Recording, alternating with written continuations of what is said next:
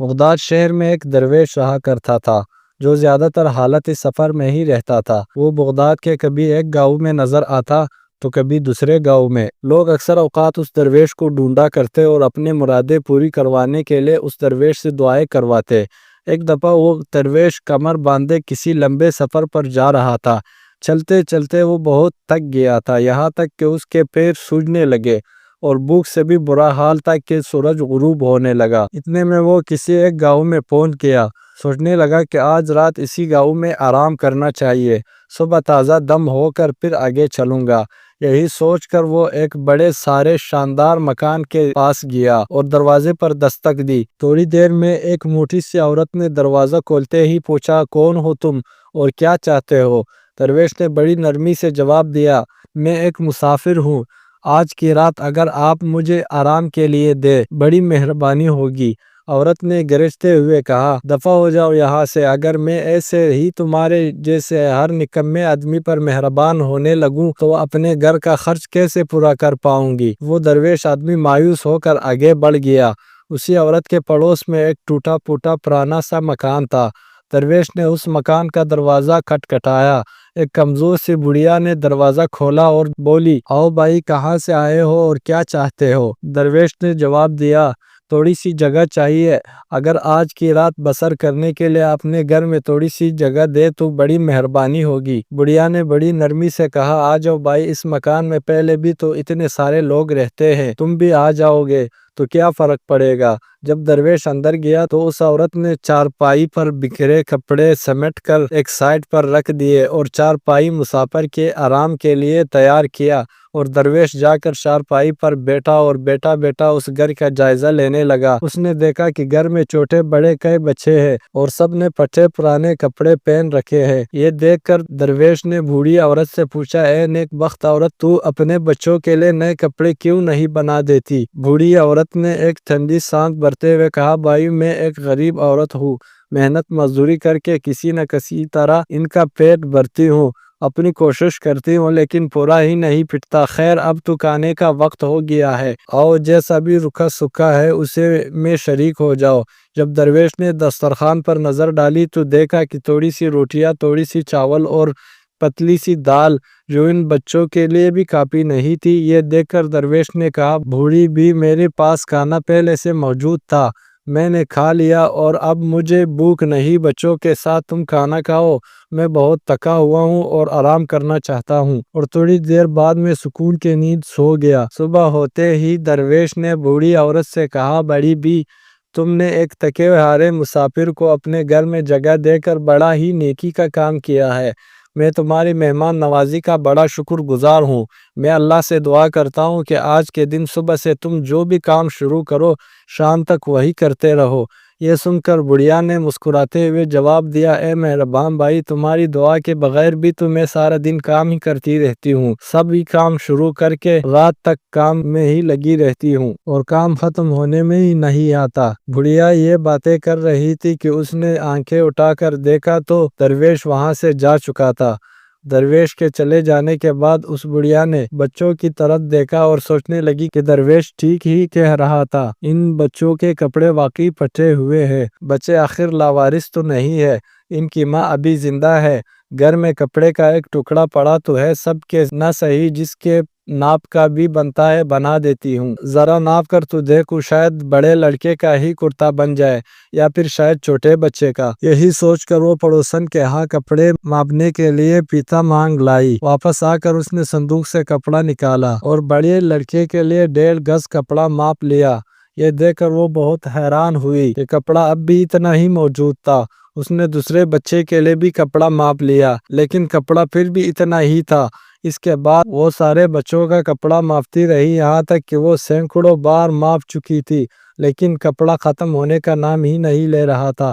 کپڑے کا ٹکڑا بدستور اتنا ہی رہتا، یہاں تک کہ کپڑے کا ڈھیر لگ گیا لیکن پھر بھی وہ کپڑا ختم ہونے میں نہ آیا۔ مگر جیسے ہی سورج غروب ہوا تو کپڑا بھی ختم ہو گیا۔ اسی وقت اس کے دروازے پر کسی نے دستک دی۔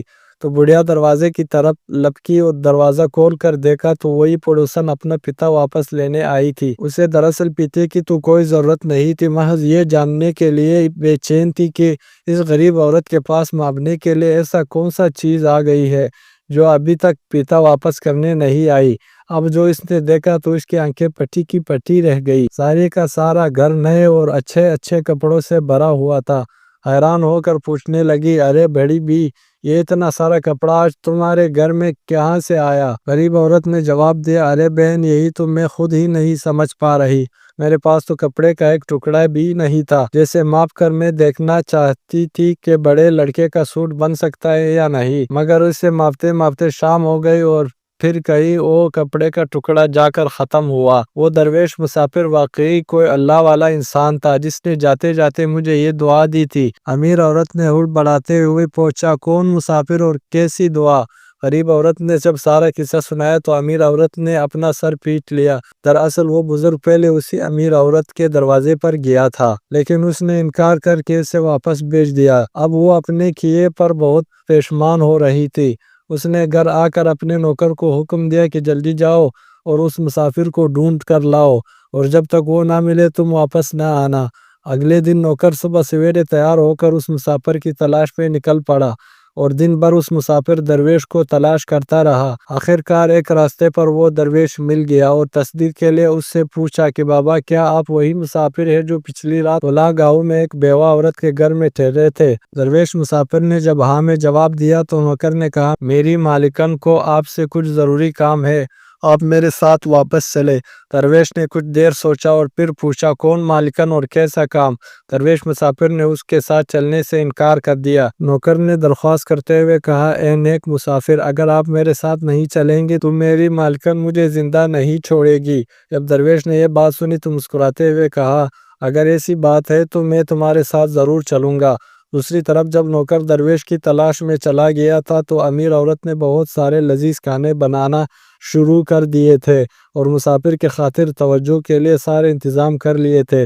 جب درویش بزرگ واپس آیا تو امیر عورت بہت خوش ہوئی اور درویش کے خاطر توجہ میں کوئی کمی نہ چھوڑی۔ اس کے آرام کرنے کے لیے نیا اور نرم نرم بستر بچھایا اور نوکر کو اس کا خیال رکھنے کے لیے حکم دیا۔ درویش مسافر 3-4 دن تک اسی عورت کے گھر میں ٹھہرا رہا۔ اس دوران اس نے مسافر کو جانے کے لیے تو نہیں کہا، البتہ کھانے پینے میں روز فرق پڑتا گیا، یہاں تک کہ چوتھے دن ناشتے میں چائے کے ساتھ کچھ اور کھانے کو نہ دیا۔ درویش مسافر نے جب یہ صورتحال دیکھی تو اس نے وہاں سے چلے جانے ہی بہتر سمجھا اور مالکن کو بلا کر جانے کی اجازت چاہی۔ امیر عورت یہ سن کر بہت خوش ہوئی اور درویش کو مزید رکھنے کے لیے بھی نہیں کہا اور درویش کو چھوڑنے کے لیے باہر چلی گئی۔ درویش بھی چپ چاپ چلا جا رہا تھا۔ امیر عورت سے رہا نہ گیا اور بولے، اے نیک مسافر، مجھے جاتے جاتے دعا نہیں دو گے؟ درویش مسافر نے شکریہ ادا کرتے ہوئے کہا، میں آپ کا بہت شکر گزار ہوں اور میں دعا کرتا ہوں کہ آپ جو بھی کام صبح شروع کریں شام تک وہی کرتی رہے۔ عورت کی دلی تمنا پوری ہو گئی۔ وہ خوشی سے جھومتی ہوئی مکان کے اندر آ گئی اور کپڑے کا سب سے بڑا اور اچھا کپڑا صندوق سے نکال کر سوچنے لگی، کتنا لاجواب کپڑا ہے، میں دن بھر اسی کو ماپتی رہوں گی اور کپڑا ختم ہونے میں نہیں آئے گا۔ اسی طرح میرے پاس اس عمدہ کپڑے کی کوئی تھان جمع ہو جائے گی۔ سب سے پہلے میں اپنے اور اپنی بیٹی کے لیے نئے نئے کپڑے تیار کرواؤں گی اور پالتو کپڑے کو بیچ کر ہزاروں روپے کماؤں گی۔ اس نے کپڑے کو سائڈ پہ رکھا اور اسے ماپنے کے لیے پتا لینے چلی گئی۔ اسے پہلے کہ وہ کپڑے کو ہاتھ لگاتی اسے یاد آیا کہ رات کا آٹا بچا ہوا ہے، اگر یوں ہی پڑا رہا تو خراب ہو جائے گا اور کٹا ہو جائے گا، کیوں نہ اس آٹے کو نوکر کے لیے روٹیاں بنا دوں اور پھر آرام سے سارا دن کپڑے ماپتی رہوں گی۔ پیتے کو چھوڑ کر وہ روٹیاں بنانے کے لیے باورچی خانے میں چلی گئی۔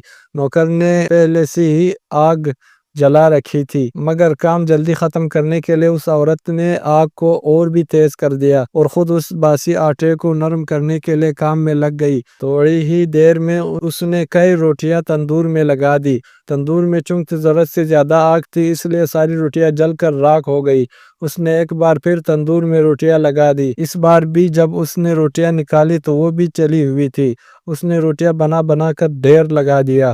اسی طرح وہ باری باری تندور میں روٹیاں لگا رہی تھی۔ نہ تندور سے آگ کم ہوتی تھی اور نہ ہی روٹیاں بنانا بند کرتی تھی، حالانکہ تک کر چور ہو چکی تھی۔ پھر بھی نہ جانے کیوں روٹیاں بنانا بند ہی نہیں کر سکتی تھی۔ اسے یوں محسوس ہو رہا تھا جیسے کوئی طاقت اسے کام میں لگے رہنے کے لیے مجبور کر رہی ہے۔ اس کے ہاتھ خود بہت تیزی سے کام کرتے جا رہے تھے۔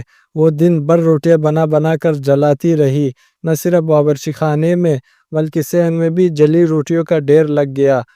جیسے ہی سورج غروب ہو گیا، نہ صرف برتن سے آٹا ختم ہو گیا بلکہ تندور بھی ٹھنڈا پڑ گیا۔ جلی ہوئی روٹیوں کا ڈھیر کے پاس بیٹھ کر وہ کافی دیر مسافر اور مسافر کی دعاؤں کو کوستی رہی۔ دوستو، یہ کہانی آپ کو کیسے لگی؟ کمنٹ میں اپنے رائے کا اظہار ضرور کیجیے گا۔ ہمارے چینل کو سبسکرائب کر دیجیے گا۔ ویڈیو دیکھنے کا بہت بہت شکریہ۔